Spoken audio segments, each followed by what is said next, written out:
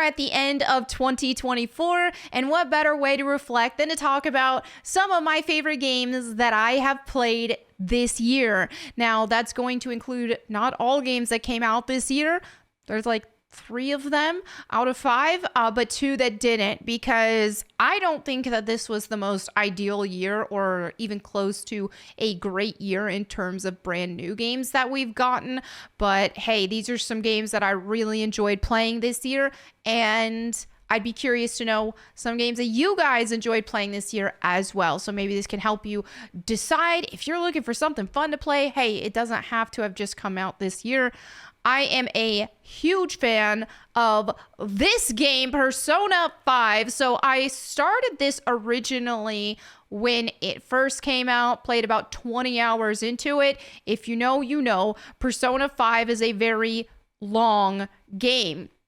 So this is an experience. If you are wanting something very casual that you hop into and you only play for a few hours and you're done and you're on to the next game, this is not going to be that. This is definitely quite a long game. So now I am about 58 hours into it, having an absolute blast, playing it on hard mode, so it's not necessarily the easiest game, but still, like, if you, I mean, obviously, unless you want to play on an easier mode, but this is just a JRPG, turn-based. It does have a lot of story to it, so if you do enjoy a story, I know people hear me rant all the time about how games focus way too much on cutscenes and not enough on gameplay. Some people think that when I say that, that means that I don't think games should have any story at all, but that is not the case whatsoever. I just like to see substance in a game, and I don't want to see the story take precedent over everything else. So in this case, with Persona 5, you've got a really cool anime style. You've got actual anime cutscenes here, but you're not constantly spammed with it. Now, granted, there is a lot of dialogue, and at first I thought, okay, this might be a bit much for me because it's a lot of reading and a lot of dialogue, but as I progressed more into the game, I was like, okay, this is cool. A lot of this game, you are going to be with your characters developing relationships with other characters, which can strengthen the different types of personas that you use. The personas are what you're fighting with, and it's a turn-based, which I am a huge fan of turn-based RPGs. I like turn-based way better than action RPGs. So what's so great about this game is the turn-based combat in gameplay, gripping. The characters are incredible. And when it comes to a story or anything like that, characters are the most important part and element of that for me. So it has a really cool cast of characters that you're going to enjoy to play with different personas, abilities. You can also change your own personas as Joker, right? So the main character Joker here, you can swap out different personas if you want, which is funny. I didn't realize you could actually swap personas at first. I didn't realize you could on the fly, I should say, in the middle of combat. And so I had a little bit of a time on some of those fights until I figured that out. But super fun. 1000% recommend this if you want a game that you're going to get your bang for your buck and you're going to have a lot of gameplay time with it, right? So let's move on to the next game that I'm going to talk about. Now, this is an online game. And I did a little review of sorts of this earlier this year as well. Well, not that early. It wasn't that long ago. But Deadlock, Valve's Deadlock. So if you like online competitive games, this one is utterly fantastic. So what this basically is it's a mixture of a hero shooter like Overwatch, for example, with a MOBA. Think, League of Legends style, where you've got objectives. You've got like a mini map down here, which my face is covering on both of these here. Maybe I should do this for this one. So yeah, you've got characters with different abilities. You've got your mini map with you ultimately want to take out the enemy's nexus at the end of the day. You've got your barracks and all that stuff you got to take down. I mean, I should have compared more to Dota than League of Legends, especially with this being Valve, but this is an incredible game. You're going to really need to it's so much more than just, hey, let's see who has the best KDA, right? This is very objective focused, and a cool thing with this, that in terms of like other MOBA style games, that this has is the element of a zip line. So zip lining to your lane. You've got boosts that you can activate that does have a cooldown on it. You've got different abilities with cooldowns on them. You've got items that you build. So very much MOBA style elements that you are used to in those kind of games, but with a hero shooter. This is still in beta or alpha or whatever it is right now, but I played so much of this with my brothers and stayed up entirely too late playing this with my brothers quite a lot. So if you're looking for something fun to play with your friends, I know Marvel Rivals is out right now too, which is, I mean, that's more on the hero shooter side than just to make without any like MOBA style elements. I've dabbled a little bit in that, but haven't played it enough to really say whether it should make my list or not. So just saying, if you want something else to play and look into, I think Deadlock is fantastic. So let's go ahead and go to number 3. I have Metroid Dread. I am loving this so far. Obviously, this didn't come out this year. It has been in my backlog. I've been borrowing this from my brother for a long time.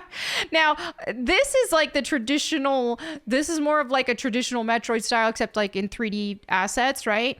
So you have your Metroidvania, the side-scrolly, there's objectives and different. What I love so much about this too is that you explore the map. You get a lot. I mean, if you played Metroid, you know what the gameplay, you know what to expect. But if you don't know, and if you haven't played Metroid, I mean, my experience with Metroid, I really liked Metroid Fusion a lot. I've dabbled in the Metroid Prime games, but didn't play as much of those, which I did get Metroid Prime Remastered this year. I just haven't played it yet because I do have a backlog.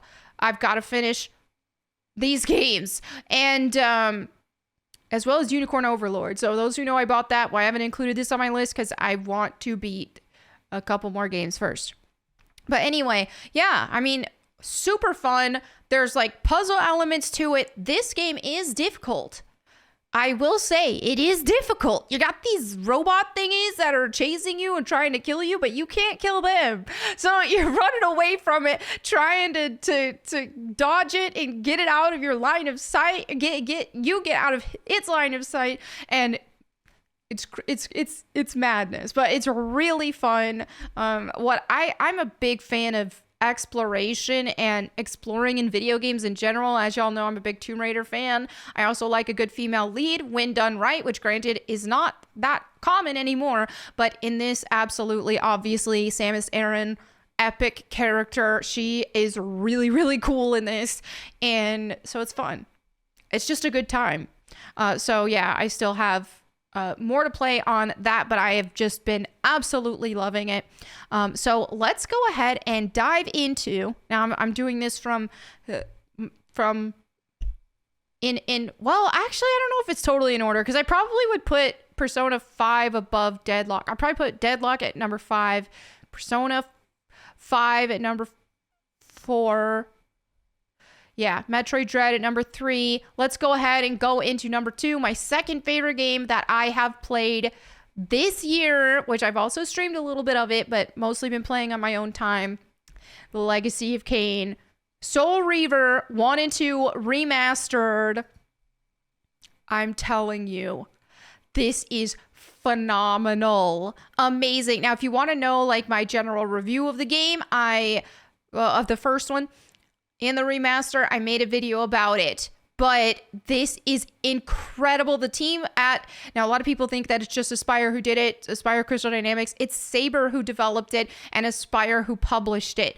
So that's the reality of it. Check the credits. Why they don't properly credit them, I don't know. Maybe because Saber is a Russian studio. I don't know the drama with that. But part of the Tomb Raider team was brought on board to remaster this. People who remastered the Tomb Raider remasters. So part of them were brought on board to this. Some people are scared to buy Aspyr games because of the Battlefront craziness that happened, but let me just make this clear. The developers who made the Battlefront remaster stuff are not the same team. That was a completely different developer. That was not Saber. I can't remember the name of the studio that did those, but Aspyr published, but it was not Saber who developed those. Saber developed the Tomb Raider remasters and this.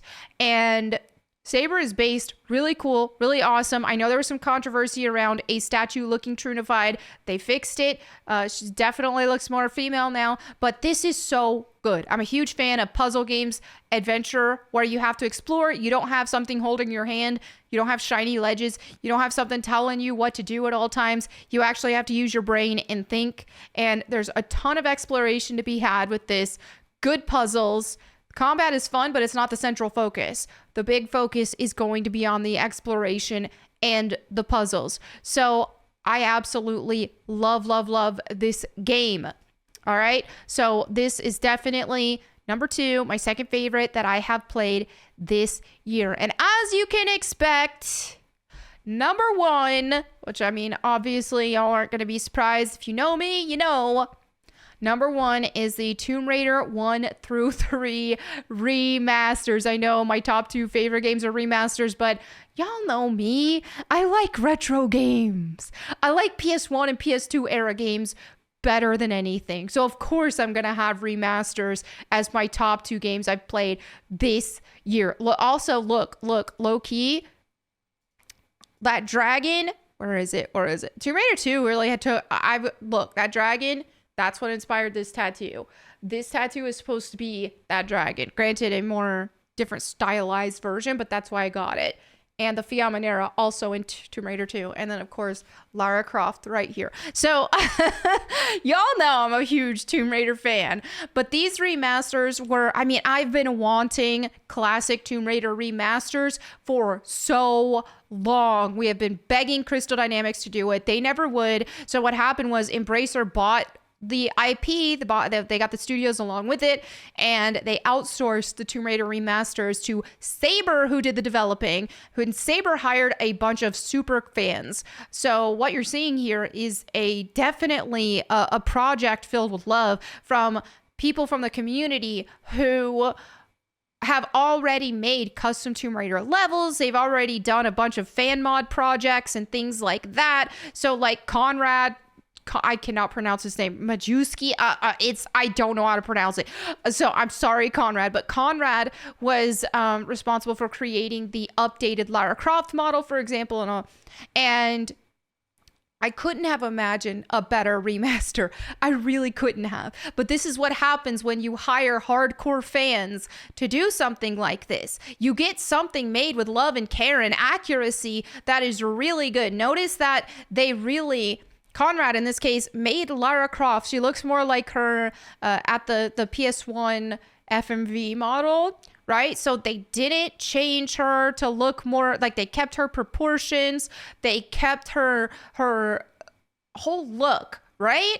So here we have this her beautiful look, stylized, so it's not like, oh, they didn't want to try to make it more realistic. They didn't try to make it, take her curves away. Like, we got this beautiful Lara Croft who looks very much as she was intended to look, and it's just a fun experience playing these games with the good old classic Lara Croft. It really brings you back to the good old days in the 90s. If you didn't get to experience the 90s, well, this is a way for you to experience a lot of the culture of the 90s, where you got to play as these really larger than life characters in these cool scenarios and games that didn't hold your hand and that were challenging. And in this case, with a lot of puzzles and exploration to be had. So there is different control schemes. They do have the modern controls, which I personally think tank controls are way better. So if you're going to play this, I say work with the tank controls. This is built on a grid-based system.